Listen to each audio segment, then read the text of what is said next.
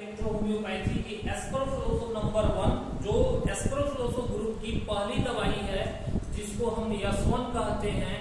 इसमें जो है 9 पौधे मिले हुए हैं जिसमें कि Cochlearia officinalis, Hydrastis canadensis, Matricaria chamomilla, Nasturtium officinalis, Scrophularia nodosa, Smilax medica और टूसिलैगोफरफेरा, वेरोनिका ऑफिसिनेलिस और स्ट्राइकोनस नक्स भूमिका।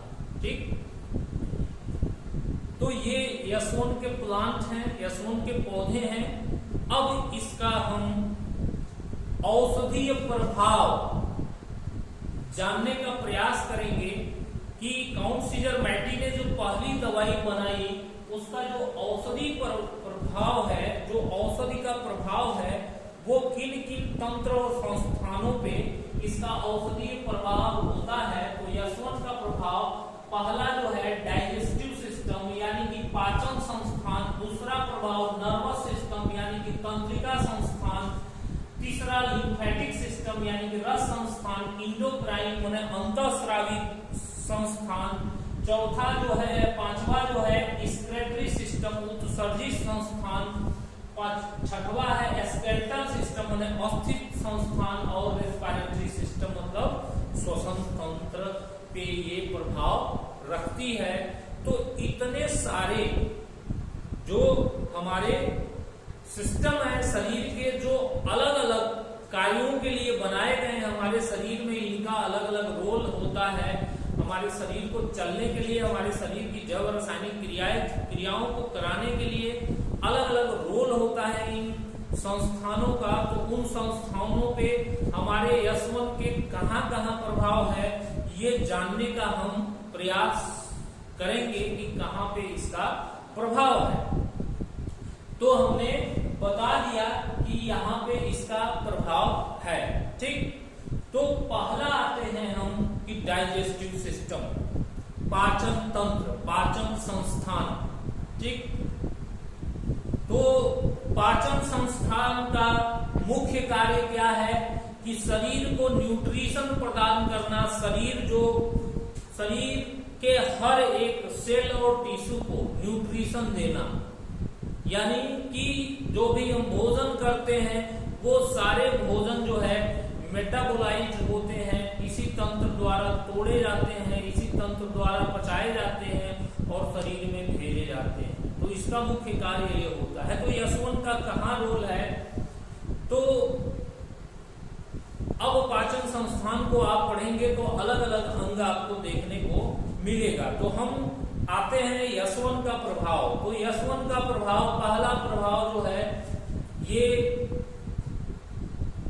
पाचन संस्थान के जो अंग की बात करते हैं, तो पाचन संस्थान में जब हम आते हैं डाइजेस्टिव सिस्टम, तो डाइजेस्टिव सिस्टम में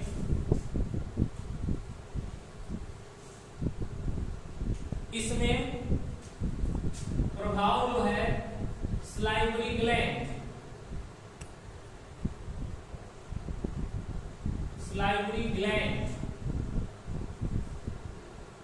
दूसरा है सलाइवरी ग्लैंड, दूसरा है स्टमक,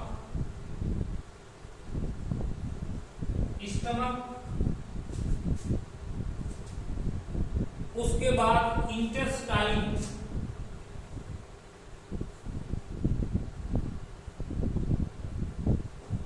आंत पे प्रभाव है इसका,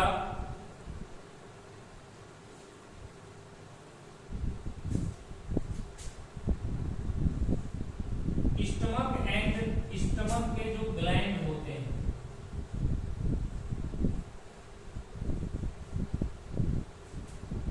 माउथ पे भी है इसका प्रभाव, मुंह पे।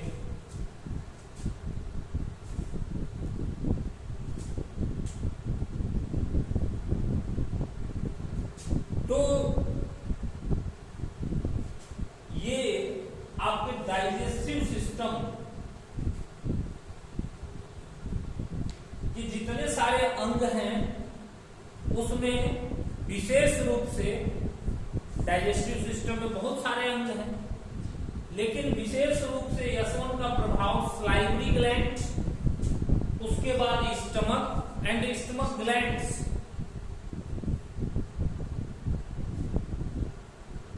और उसके बाद इंटेस्टाइन और माउथ, उसके बाद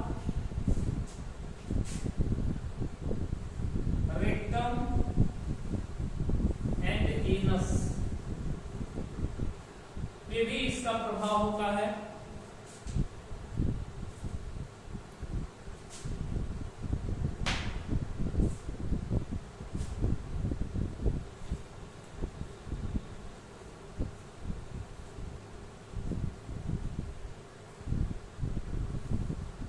तो अब आते हैं कि ये क्रिया कहाँ करती है, इन पे क्या काम करती है। तो स्लाइवरी ग्लैंड का क्या काम होता है, स्लाइवा का सीक्रेशन करना, ठीक। और वो स्लाइवा क्या करती है, हमारे भोजन को, भोजन में मिलता है, भोजन को मुंह से ही पचाने का काम जो है स्लाइवा करना शुरू कर देती है, और भोजन को सुगम तरीके से एसोफेगस के माध्यम से जाने के लिए उसको एकदम सेमी सॉलिड क्रिएट बनाने में मदद करती है, ठीक। जो भोजन हम खाते हैं उसको सेमी सॉलिड बनाने में, मतलब ऐसा सिक्रीशन है जो भोजन को क्या करता है, सेमी सॉलिड बनाता है, और उससे आसानी से भोजन हमारे एसोफेगस के माध्यम से स्टमक में जाने का कार्य करता है। तो इस स्लाइवरी ग्लैंड पे कार्य करती है। स्लाइवरी ग्लैंड का आप कार्य पढ़ेंगे तो और डिटेल में जान जाएंगे कि स्लाइवरी ग्लैंड क्या काम करती है। तो यहाँ पे पाचन, ठीक, में भाग लेती है स्लाइवरी ग्लैंड, और भी कार्य है। तो इस स्लाइवरी ग्लैंड में कोई भी क्रियात्मक गड़बड़ी अगर आई हो, स्लाइवरी ग्लैंड की क्रिया में कोई भी अंतर आया हो, स्लाइवा ना निकल रहा हो, स्लाइवा कम बन रहा हो, स्लाइवा ज्यादा बन रहा हो, तो उसकी क्रिया को नियमित करती है, ठीक। उसके बाद आते हैं स्टमक एंड स्टमक ग्लैंड। तो हमारे स्टमक में बहुत सारी जूसेस जो हैं वो निकलती हैं, जिनसे भोजन पचाए जाते हैं। भोजन तमाम सारी ऐसी गैस्ट्रिक जूस निकलती है जो भोजन को पचाने का, भोजन को तोड़ने का कार्य करती है। तो वहां पे तमाम सारे डाइजेस्टिव जूस जो है निकलते हैं। तो अगर किसी को डाइजेस्टिव जूस ठीक से नहीं निकल रहा है, भोजन में करने के बाद पेट भारी जैसा लग रहा है, अपच जैसा लग रहा है,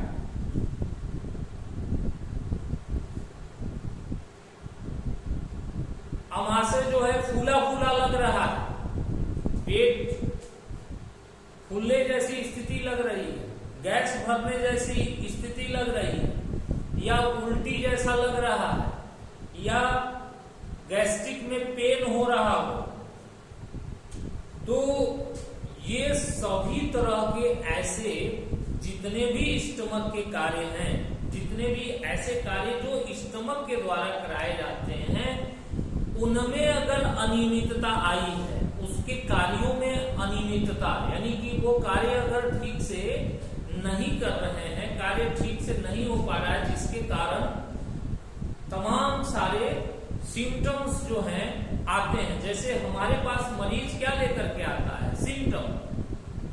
सिम्टम लेके आता है। मरीज कहता है कि हमको भूख नहीं लग रही है, हमारा पेट फूला हो रहा है, खाना खा ले रहे हैं तो पेट फूल जा रहा है, ठीक, उल्टी जैसा लग रहा है, कुछ ऐसा खा लिए पेट भारी भारी लग रहा है, ऐसा। तो हमें समझना पड़ेगा कि कौन सा अंग इसका बीमार है कि ऐसा सिम्टम दे रहा। अमाशय में दर्द हो रहा है, पेट में ऊपर अमाशय में दर्द हो रहा है, तो हमें जानना पड़ेगा कि इसके अमाशय में ही गड़बड़ी है और अमाशय के रोग हो रहे हैं।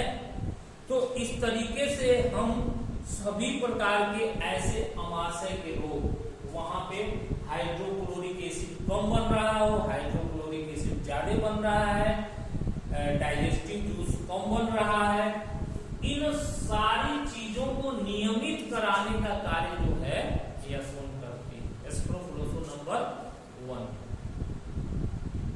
कि डाइजेशन संबंधी जितने भी कार्य जो स्टमक के द्वारा प्रतिपादित हो जाते हैं, क्योंकि डाइजेशन का जो कार्य है वो किसी एक अंग के द्वारा नहीं होता है। शरीर में होने वाले कोई भी कार्य सिस्टम से होते हैं, किसी एक अंग के द्वारा नहीं कराए जाते हैं। सारे सिस्टम के सभी अंगों का कुछ न कुछ रोल होता है, तो वो सारे रोल पर्टिकुलर आर्गन अपने रोल को निभाते हैं। ठीक, तो उसमें जो है डाइजेशन की क्रिया में आपके सलाइवा का भी रोल है, आपके स्टमक और स्टमक ग्लैंड का भी रोल है। तो इस रोल में कहीं भी अंतर आने की प्रक्रिया हमें दिख रही है, रोगी में ऐसे लक्षण कोई दिख रहे हैं जिससे कि उसके रिगार्डिंग सिम्टम हमें दिखाई दे रहे हैं, तो हमारा यासोन जो है वहां पे स्टमक को ठीक करने का कार्य करती है। ठीक है, तो ये उसके बाद ये आंतरिक मेटाबॉलिज्म, इंटायर मेटाबॉलिज्म को भी ठीक करती है। डाइजेस्टिव सिस्टम में जितने भी इंटायर मेटाबॉलिज्म होते हैं, प्रोटीन, फैट, कार्बोहाइड्रेट का जो टूटना होता है, जिनके न टूटने से, ठीक से न टूटने से हमारे शरीर को मिल नहीं पाते हैं। ठीक, अगर मान लो भोजन की टूटने की प्रक्रिया कहां से शुरू होती है? माउथ से ही शुरू हो जाती है। मान लो रोटी हम खा रहे हैं, अगर पूरा रोटी चला जाए तो बड़ा मुश्किल होगा ना, लेकिन दांत क्या करता है? उसको काटता है, छोटा छोटा छोटा छोटा पार्ट में काटता है। फिर मुंह जब चलता है तो क्या होता है? मिक्स होता है, एक लुगदी के आकार का मिक्सिंग होती है उसकी। उसमें क्या मिलता है? सलाइवा मिलता है। सलाइवा भी पाचन क्रिया कराता है। उसके बाद स्टमक में जाता है, तो स्टमक में जाने के बाद हाइड्रोक्लोरिक एसिड निकलता है और भी अमाशयिक जूस है। हम भोजन करते हैं तो उसमें protein, fat, carbohydrate, minerals, vitamin, तमाम तरह के ऐसे जो पदार्थ हैं जो हमारे शरीर की तरह तरह की क्रिया को कराने के लिए जरूरी होते हैं। ठीक, तो उनको डायरेक्ट हमारे शरीर को डायरेक्ट वो नहीं मिलते।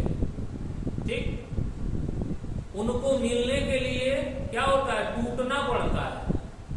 आ रहा है समझ? जैसे उदाहरण से समझो कि जब हम खेत में फसल बोते हैं तो धान उगता है, गेहूं होता है, लेकिन हम डायरेक्ट जाकर के नहीं खाते हैं। उसको क्या करते हैं? उसको काट कर लाते हैं, उसको छीलते हैं, उसमें निकालते हैं, उसको पिसाते हैं, पीसते हैं और छोटी छोटी प्रक्रियाएं क्या है? कराते हैं। तो जब ये कराते हैं, छोटी छोटी प्रक्रियाएं जब होती हैं तो क्या होता है? फिर वो खाना जब बनाने का समय होता है तो क्या होता है? फिर उसको चाला जाता है। ठीक, उसको और फ्रेश किया जाता है, उसको धुला जाता है, उसको और फ्रेश किया जाता है। आया समझ में? यानी कि खेत से और तुम्हारे मुंह तक पहुंचने में बहुत सारी प्रक्रियाओं से गुजरना पड़ता है। उसी प्रकार से भोजन बन गया, उसके बाद तुमने खा लिया, उसके बाद भी उसको बहुत सारी प्रक्रियाओं से गुजरना पड़ता है। अंततः शरीर को मिलने के लिए उसको क्या होता है? तमाम सारी प्रक्रियाओं से गुजरना होता है। तो उसमें एक प्रक्रिया चयापचय, मेटाबॉलिज्म होती है। ठीक, मेटाबॉलिज्म ठीक ना हो तो आगे और भी कार्य प्रभावित होते हैं। इसलिए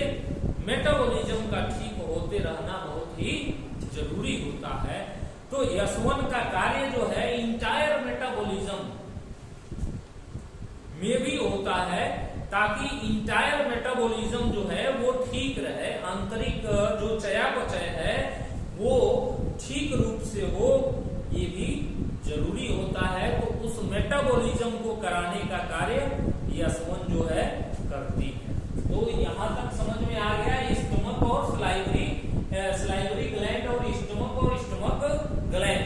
ठीक, अब आते हैं इंटेस्टाइन पे। इंटेस्टाइन पे ये आंतों पे प्रभावी होती है, इंटेस्टाइन पे आंतों पे भी प्रभावी होती है। तो ये कॉन्स्टिपेशन को भी दूर करती है आंतों पर प्रभावी होने के कारण, और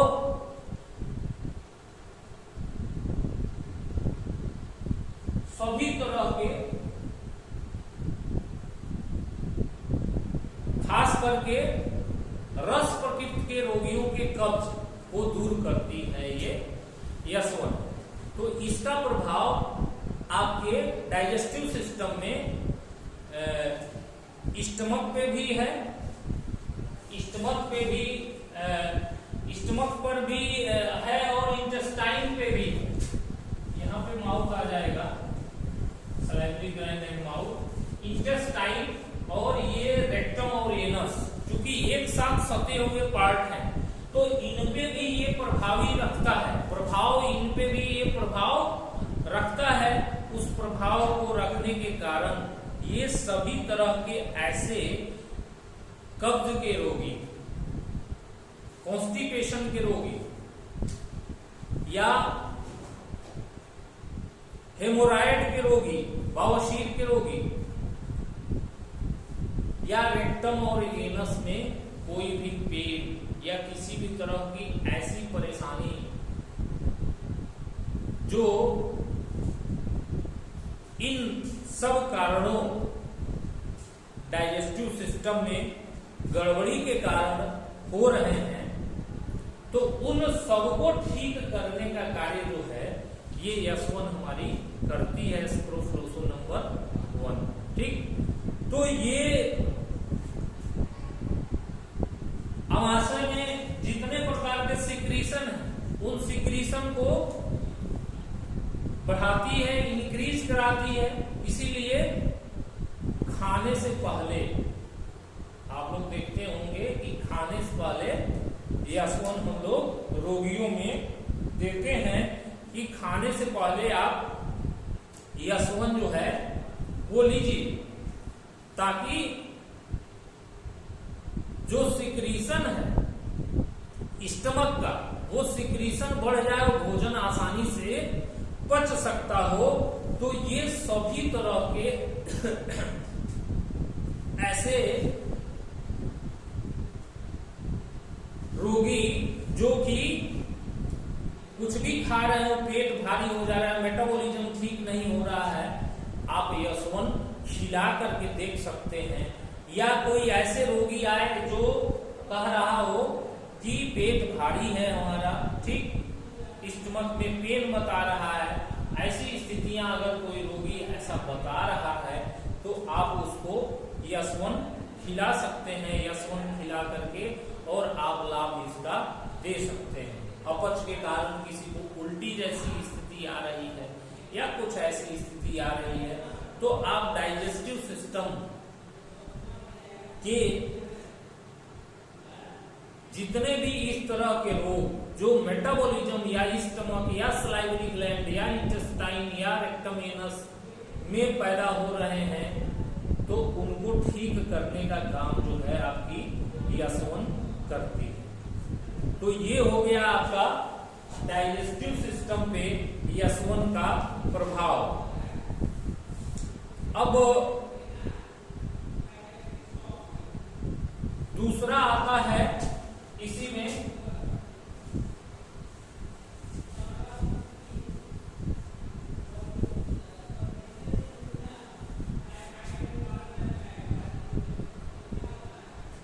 नर्वस सिस्टम।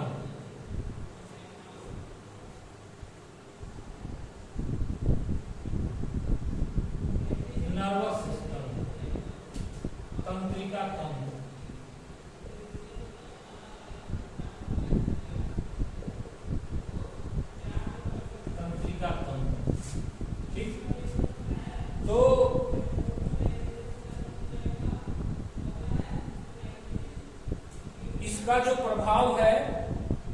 नर्वस सिस्टम पे भी S1 का प्रभाव है, तंत्रिका तंत्र, इसका brain,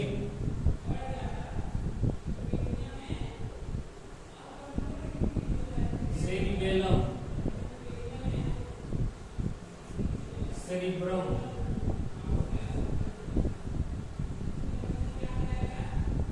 cerebellum, cerebrum,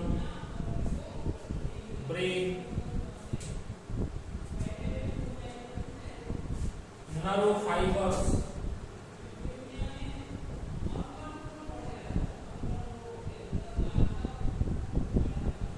nerve fibres,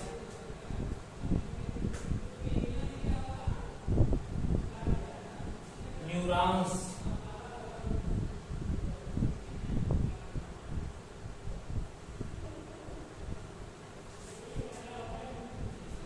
nerve fibres, neurons, brain, cerebellum, cerebrum,